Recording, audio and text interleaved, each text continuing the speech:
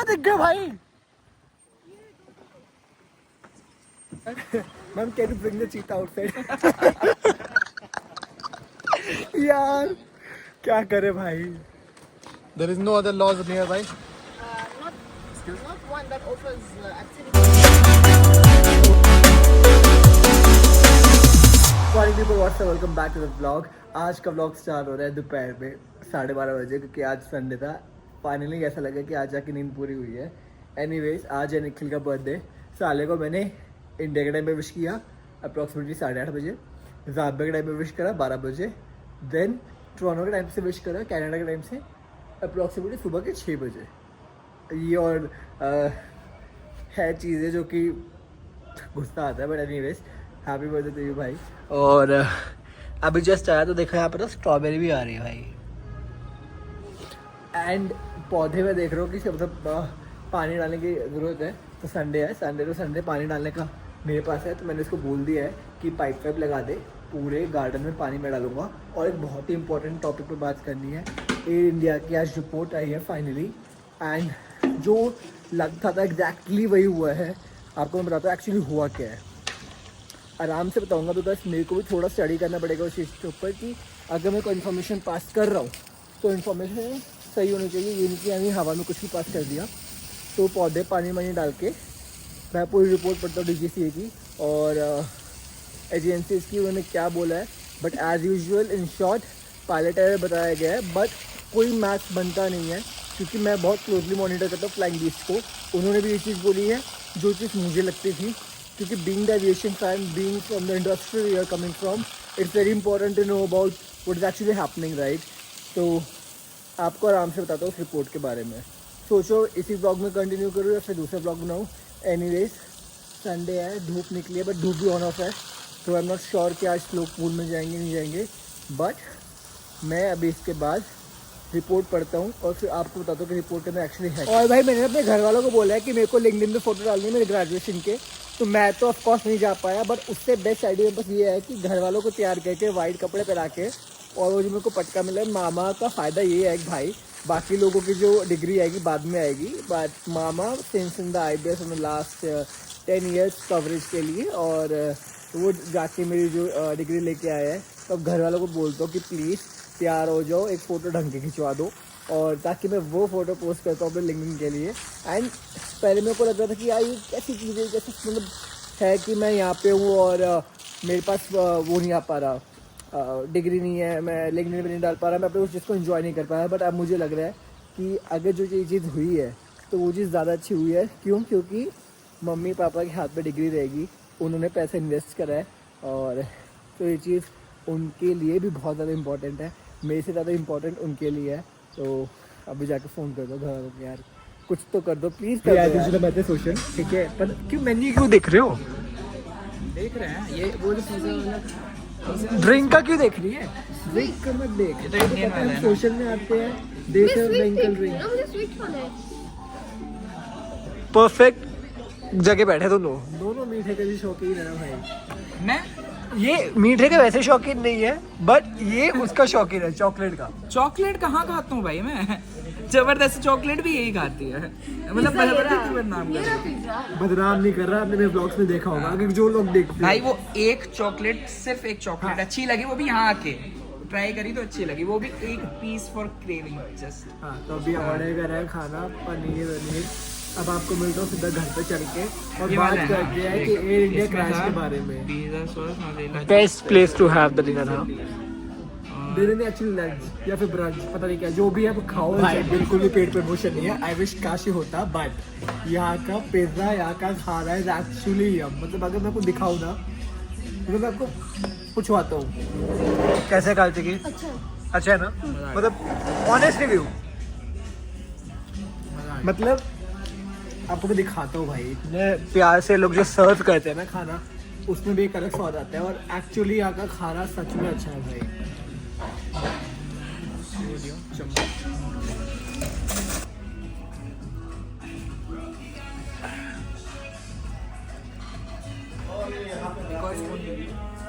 इतना फैंसी तो मैं कभी था ही नहीं कि नींबू पानी में हाथ दो। हाँ, करना क्या है इसका? पिज्जा भाई कह रहे पिज्जा। नींबू इस पे ऐसे हाथों पे ऐसे रगड़ लेते हैं, इससे जो है जैसे तेल या उसकी कुछ भी चिकनी होती है तो वो चली जाती है, और गर्म पानी में से वॉश करते हैं। तेरा गला खराब है ना, कोई बात घर पे कर लेता हूँ। नहीं। ऐसे करके क्या गर्म पानी, नींबू थोड़ी ना। ऐसे पेड़ भाई के पास तुम्हें भाई कि बन यहीं पे गद्दा लगवा दो, इतना वो हो गया अब तो। चलो thank you so much, thank you guys. चलो अब चलते हैं, आपको घर पे चल के बताता हूँ कि एक्चुअली एयर इंडिया की जो रिपोर्ट आई है, मेरे तब से दिमाग खराब हो रहा है कि एयर इंडिया की जो रिपोर्ट आई है, जो एक्सपेक्टेड था वही चीज़ बताई गई है, और कितनी बेवकूफ़ी है ना। मतलब जैसा पनीर खाने का मन था ना यहाँ पे आके, वैसा पनीर मिला है, बिल्कुल स्पाइसी, मस्त मजा। भाई सही में अगर आपको हालत बताऊँ, हमारी चलने वाली हालत नहीं हो रही, इतना खाना खाया ना भाई ऐसे। देखो ये दोनों पूरे ऐसे आलसी हो गए ना। जा रही है मतलब संडे के दिन लोग जाते हैं शॉपिंग करने, यहाँ करने, क्या करने, और ये पता क्या दिखाने लेके जा रही है, मूवी नहीं। कहाँ जा रही है? वहाँ का जहाँ मुर्दे खड़े होते हैं। अलग अलग फैंटेसी होती है लोगों की, यू नेवर नो। भाई ये कैसी फैंटेसी है? Rest in piece everyone. हाँ चले बंद है क्या कह रही है इंटरेस्ट उधर है इसका, चलो वहाँ से। चलना चलते भाई? जय माता दी, रेस्ट इन पीस। भगवान इनकी आत्मा को शांति। इतनी प्यारी वाइब्स है ना, ऐसा लगा गोवा में घूम रहे भाई। मतलब क्या इतना प्यारा एनवायरनमेंट, इतना प्यारा खाना, और क्या चाहिए जीवन में? अच्छा एटमॉस्फेयर, अच्छा खाना। और आपको दिखाऊँ ये लोग क्या कर रहे हैं, दिखाता हूँ आपको।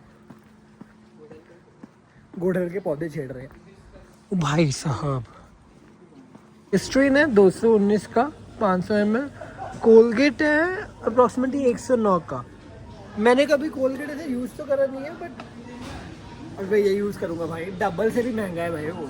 ऑलमोस्ट वो पड़ गया 500 रुपये का 500 ml, ये पड़ गया 300 समथिंग का। सो आई थिंक ये ज़्यादा बेटर है आयना के हिसाब से। हाँ कह रहे हैं इसमें चीनू बने हुए हैं। अपने चीनू को ब्रश करा दियो।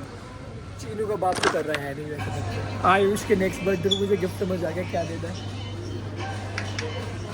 ठीक है भाई, ठीक है भाई, ठीक है कार्तिकी। एंटी करके एक काम करते हैं, एक तू एक मैं, दो, फिर भी इसको कम पड़ेंगे। गरम पट्टियाँ भी ले लेते हैं इसके लिए, उसकी जरूरत पड़ती रहती है। और सब छोड़ो, कार्तिकी ने क्या लिया आपको दिखाता हूँ। कहते हैं ये लेते थे, किसका हाथ कटता रहता है चाकू। हमारी ये सब्जी काटती है तो उंगली काट लेती है।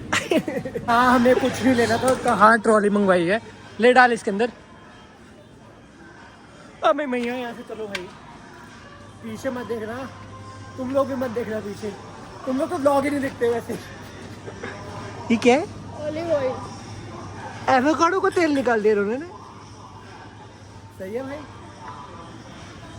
आयुष करना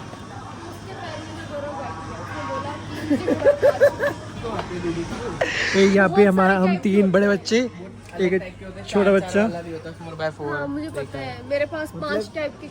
ये ना एक अलग चीज थी जो कि एक सबका था। ओए बात बता, तेरा कुछ बचपन में ऐसा था क्या, हॉट व्हील्स का ऐसा कोई कार वास का?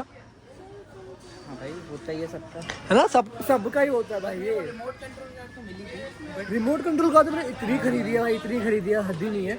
बड़े जो हॉट व्हील्स वाला होता है ना, ये सब वाला, इसका भी बहुत था। बट अब समझ आता है कि एक्चुअली इसका पूरा वो होता है ना जिसमें पूरा ऐसे ये जो है ट्रैक टाइप। कितने का हॉट व्हील्स? 800 का। अच्छा छोड़ो भाई, असली वाली चलाने लग गए हम। जस्ट अभी घर पहुंचे, तीनों मिनट चीनू सीधा गेट पे वेट कर रहे थे। हैं बच्चों, वेट कर रहे थे।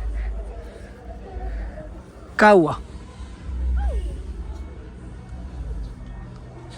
इतना क्या ही करूँ मैं इन लोगों का। चलो ठीक है, खाना डालते हैं इनको पहले इनको बैठ के खाना वाना देते हैं। खा लेते भाई, ये मूडी है देख। अब देख अभी इसके पीछे भागेगी। अच्छा मैंने उस दिन दूध में डाल दिए थे। जो मैं बिल्लियों के बाल चिपके होते हैं कपड़ों में, क्यों चिपके होते हैं, उठाता भी नहीं हूँ। ये जो आके रगड़ मारते हैं मेरे को, देखो। पहले इनको खाना डालता हूँ, फिर आपको बताता हूँ कि एयर इंडिया के उसमें हुआ एक्चुअली क्या है। आ जाओ बच्चों।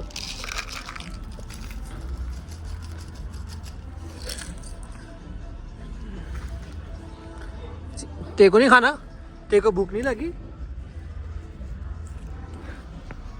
अरे पहले खाना खा ले, यहीं पे हूँ मैं। चलो मैं आपको बताता हूँ अंदर चल के एक्चुअली हुआ क्या है। फ़ोन देता हूँ कार्तिकी को, प्रॉपर मैंने 15 पेज की जो रिपोर्ट होती है वो पढ़ी है, उससे मैं आपको बताता हूँ एक्चुअली हुआ क्या है। आप भी हो? हेलो जी, कैसे हो आप? Thank you.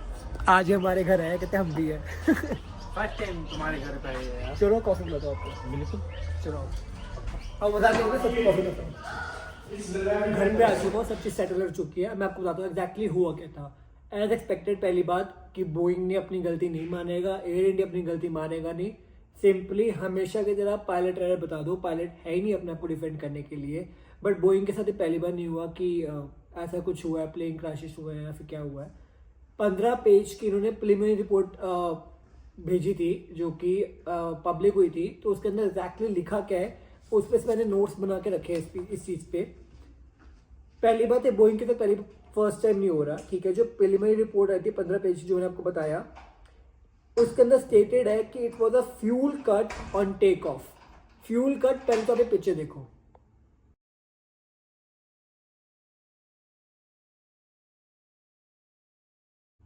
जो फ्यूल कट का जो आपका जो पॉइंट होता है ना, वो बहुत छोटा सा होता है, वो बहुत बड़ा भी नहीं होता है। फ्यूल कट कर दिया इन केस ऑफ इमरजेंसी, जबकि इंजन में आग लगती है, ऐसा कुछ होता है।